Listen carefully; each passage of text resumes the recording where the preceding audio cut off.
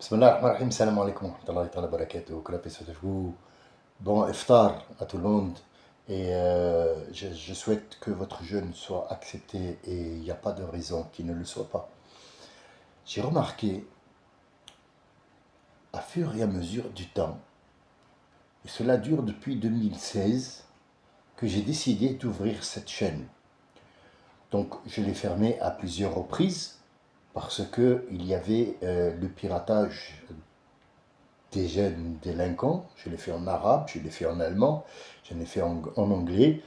Euh, la raison pour laquelle je l'ai fait, c'était pour mes enfants, pour leur apprendre une autre façon de penser, de réfléchir, chose faite depuis qu'ils étaient jeunes, mais il fallait un suivi. Ce suivi-là, je me suis dit, pourquoi ne pas en faire profiter quelques-uns. Peut-être que ma façon, elle est complètement fausse, peut-être qu'elle est à moitié fausse, peut-être qu'elle n'est pas fausse du tout, mais ça vaut le coup d'avoir une ouverture sur les autres, avoir une autre opinion, sortir de la routine. Et le sujet d'aujourd'hui, c'est quoi cette routine? Cette routine qui nous tue, c'est quoi? En français, on dit la routine tue les ambitions. La routine tue les ambitions. Mais qu'est-ce que routine déjà?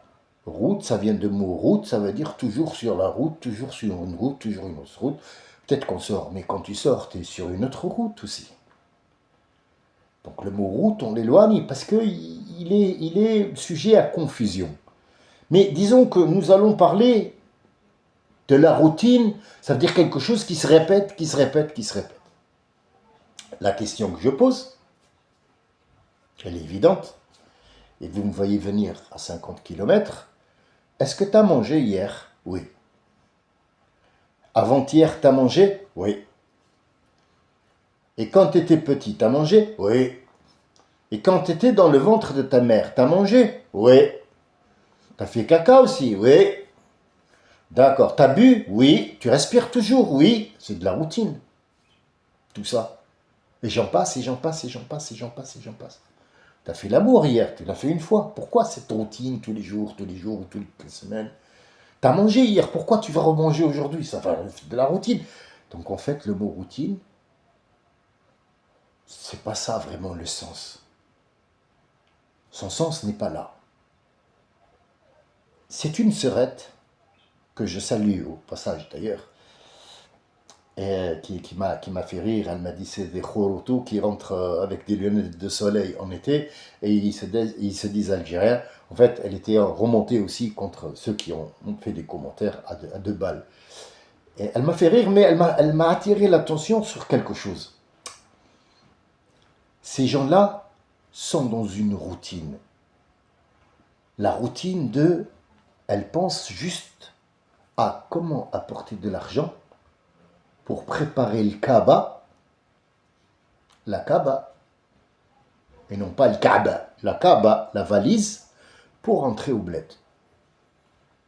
Pareil pour l'Égypte, pareil pour la Tunisie, pareil pour la Roumanie. Toute personne qui a immigré, il est dans une routine, la routine de préparer ce qu'il va emmener pour faire sa maison là-bas. Le problème, c'est qu'il va mourir en France et il ne le sait pas.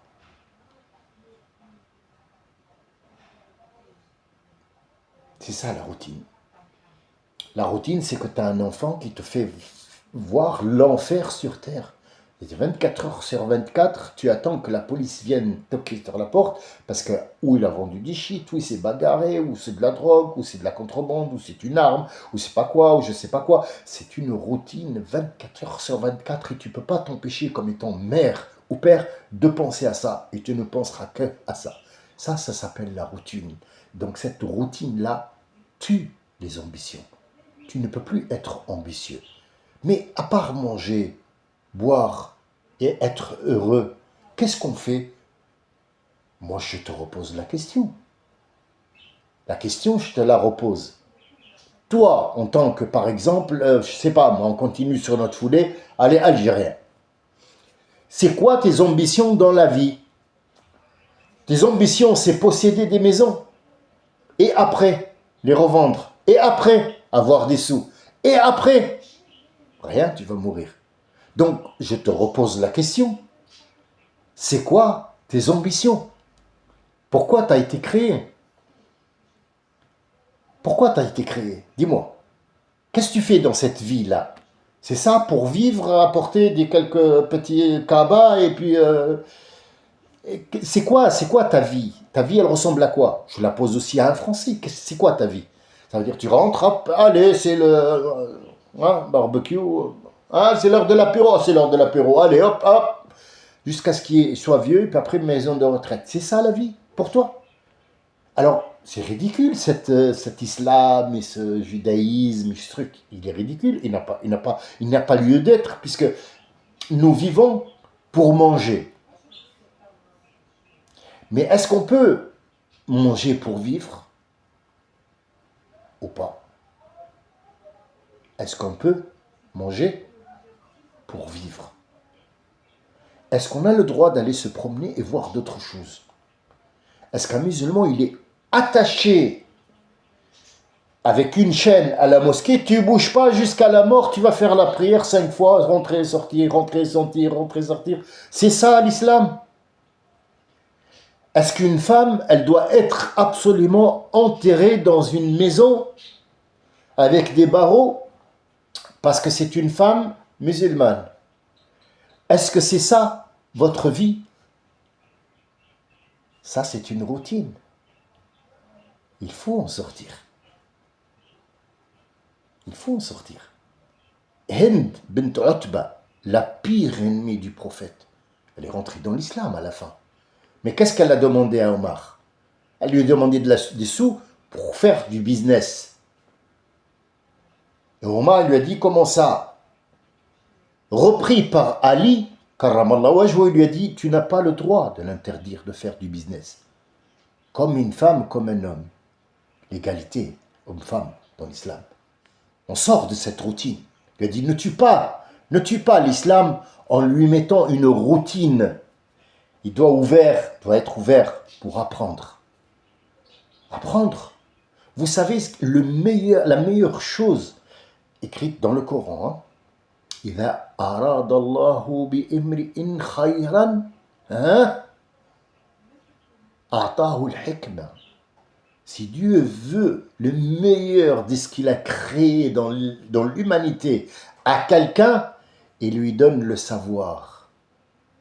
Alors ce savoir, si Dieu l'a donné à quelqu'un parce qu'il estime Dieu, Azza wa Jal, il estime que ce savoir, dans tous les domaines, c'est un savoir. Il a le savoir.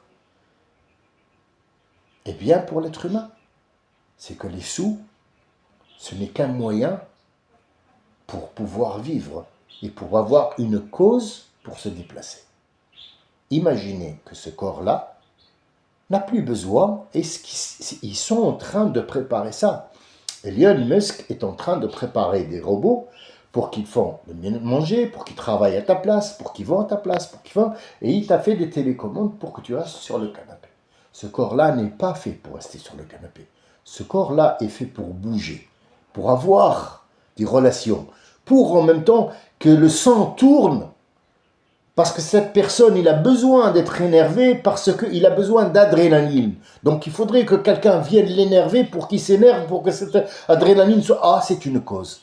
De cause à effet, et effet à cause, on trouve que l'être humain doit bouger, non pas pour l'argent, mais l'argent c'est un motif. C'est un motif pour tourner, pour sortir de la routine. Abd. Abd, ça veut dire, si vous voulez, un ermite qui est dans une grotte, qui a décidé de s'isoler dans une grotte pour adorer Dieu ou pierre ou arbre ou je ne sais pas quoi. Est-ce qu'il est légal? Légal? Non. Tu peux le faire si tu veux. Mais alors, comment tu me dis c'est pas légal et tu peux le faire? Parce que tu es libre de ton choix. Tu es libre. de faire le choix ce que tu veux. Après, il te faudra rendre des comptes. Pourquoi tu t'es isolé? Moi, je t'ai envoyé pour ne pas être isolé. Qui t'a dit d'être prêtre et de prêter serment de ne pas utiliser ton appareil de reproduction? Qui te l'a demandé? Est-ce que moi je te l'ai demandé? Parce que si moi, Dieu, celui qui a créé le monde, il a demandé à quelqu'un d'être prêtre et de ne pas avoir de relations sexuelles, je t'aurais créé sans appareil de reproduction. Mais toi, tu as décidé tout seul de devenir prêtre, il t'a prêté sur... Je ne ferai pas... Mais après, tu as trouvé 14 ou 75 petits garçons, tu les as enculés. Il n'y a pas d'autre mot, enculés. Qu'est-ce qu'on fait? Qu'est-ce qu'on fait? Qu'est-ce qu'on fait? Est-ce que tous les Français sont sortis sous la soutane du prêtre? J'ai des doutes là. Tu me poses des doutes parce qu'à fur et à mesure qu'on avance dans le temps, à fur et à mesure qu'on découvre que tous les prêtres, tous les trucs, ont fait des actes sexuels à des enfants. De la pédophilie. Pourquoi? Parce que lui, il a décidé de ne pas le faire, mais il l'a fait quand même sur des petits garçons. Il s'est enfermé dans cette routine. Tu t'es enfermé, ermite, dans une grotte. Tu t'es fait une routine que je ne t'ai pas demandé de faire. J'ai demandé de vivre. Pourquoi tu emmènes des cabas et des frigos et des machins au bled pour les mettre dans une maison où tu n'habiteras jamais? Jamais tes enfants, ils sont là, nés ici. Ils ne rentreront pas. Et tu vas mourir à côté de tes enfants. Tu ne rentres pas au bled, que mort. Mais mort, tu as préparé le frigo pour que quand tu sois mort, tu rentres au bled. C'est ridicule cette histoire. C'est ridicule. À moins que tu aies fait une maison, tu t'es dit, voilà, mes parents, je leur ai fait une promesse de faire une maison et d'avancer, de faire par exemple de ce pays, je vais contribuer quelque part à construire une maison pour qu'il y ait quelqu'un qui y habite de bon cœur, et je sais que je ne vais pas y habiter, mais il y aura des gens qui vont y habiter, peut-être que ou je la vends, ou je la donne, ou je sais pas, pour mes enfants, pour que mes sœurs qui sont restées là-bas, ou mes frères, trouvent une maison et améliorent leur mode de vie, par exemple. Là, c'est bien. Mais faire une maison qui sera fermée, où tu y habiteras jamais, ça s'appelle une routine. Tu as vécu toute ta vie dans cette routine-là, d'apporter, de construire. Après, tu es mort. Est-ce que tu as contribué? Oui. Oui, c'est le chemin que tu as choisi. Mais ce n'est pas le chemin que je t'ai dit de faire. Dieu, il va pas t'envoyer en enfer parce que tu as mangé une pomme. Il faut arrêter les conneries. Il t'a donné la pomme, il t'a dit Koul washrabu min tayyibati ma razaqtum. Koul washrab. Koul, shrab. C'est halal, mange. C'est ce que je t'ai donné. Mais c'est pas ça que je t'ai demandé. Tu vas pas rentrer en enfer parce que t'as pas dit Bismillah sur une pomme ou t'as mangé une pomme. Non, non, mais cette pomme, tu l'as pris où? Est-ce qu'on te l'a donnée ou est-ce que tu l'as prise? C'est ce qui m'intéresse. C'est ce qui m'intéresse. Siru fil ardi fanduru. C'est un ordre? Oui. Pourquoi tu n'es pas allé te promener? Pourquoi tu ne fais que l'Algérie, la Tunisie, Maroc. Tu connais l'Espagne, non? Tu connais les Émirats Arabes Unis? Non. Est-ce que tu connais le Portugal? Non. Le Brésil? Non. L'Algérie? L'Argentine? Non. Tu n'es allé nulle part? Non, non. Combien tu as vécu en France? 56 ans. Tu n'es pas allé, même en Italie? Non, non, c'est l'Algérie, toujours. C'est une routine.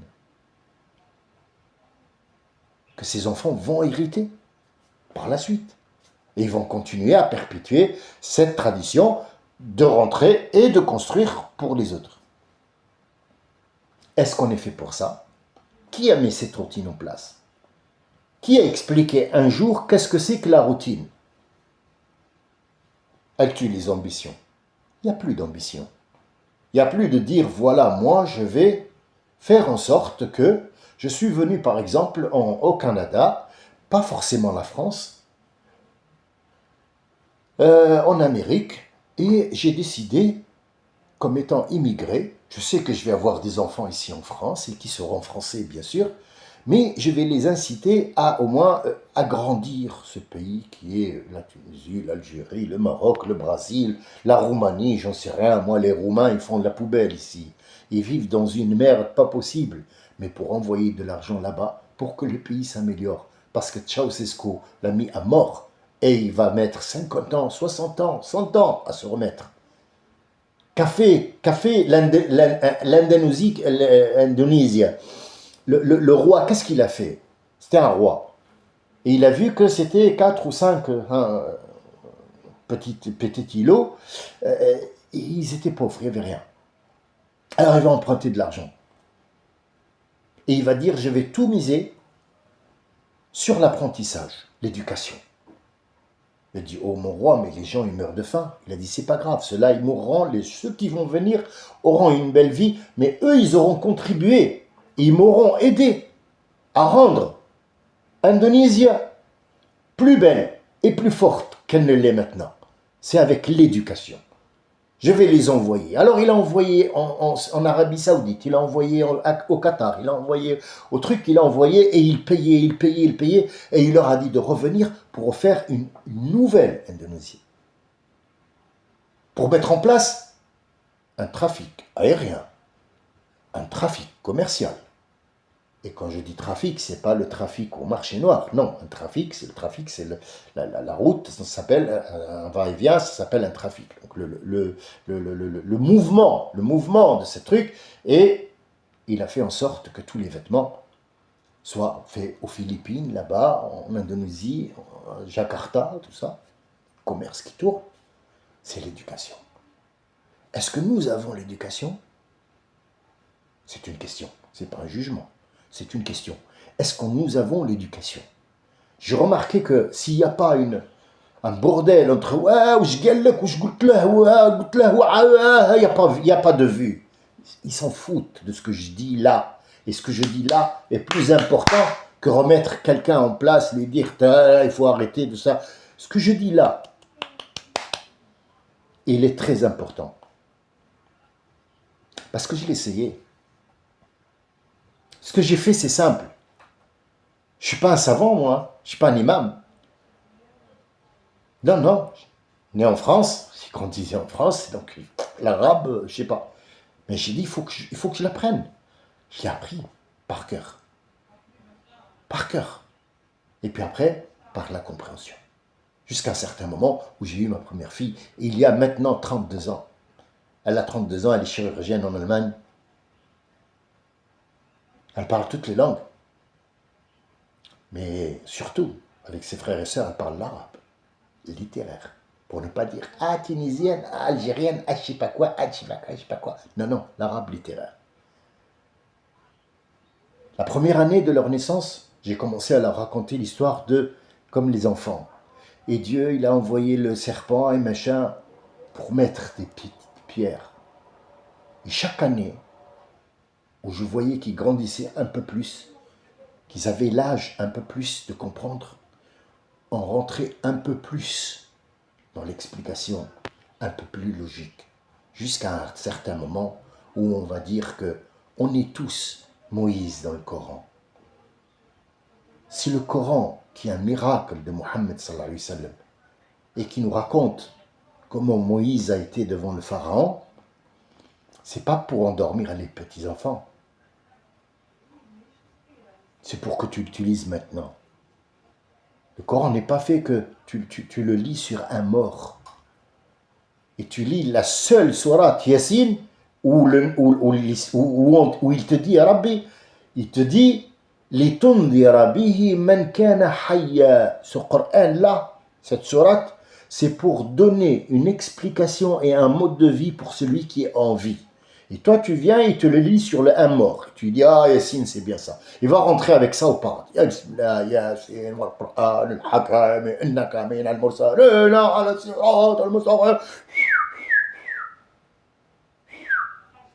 C'est écrit, tu es en train de le lire. Pour que tu le donnes en explication et en mode de vie pour celui qui est vivant, pas mort. Mort, il n'a plus besoin du Coran. C'est fini. Mort, c'est fini. Ça y est. aller sous la terre. Sous la terre. Et là, tu vas me raconter pourquoi tu as créé une routine et tu l'as passée aux autres. Il n'y a plus d'ambition, c'est fini. Ils sont plus ambitieux. Ils ne croient pas avoir... C'est fou ça. Ça veut dire que Elon Musk, qui ne croit pas en Dieu, qui est athée, je le retrouve dans le Coran. C'est fou. ذرني ومن خلقت وحيدا وجعلت له مالا ممدودا وبنين شهودا ومهدت له تمهيدا. ذرني, laisse-moi me débattre, laisse-le-moi, c'est pour moi celui-là, ya Mohammed. C'est l'histoire de quelqu'un.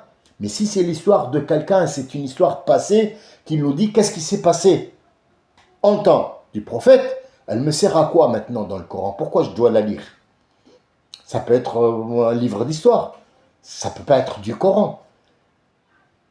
Mais le Coran, il est pour tous les jours que Dieu crée, tous les jours que tu lui trouves une explication devant toi. Dharni wa man khalaqtu wahidan, il est seul. Il a été créé seul. Wa ja'altu lahu malan mamdouda.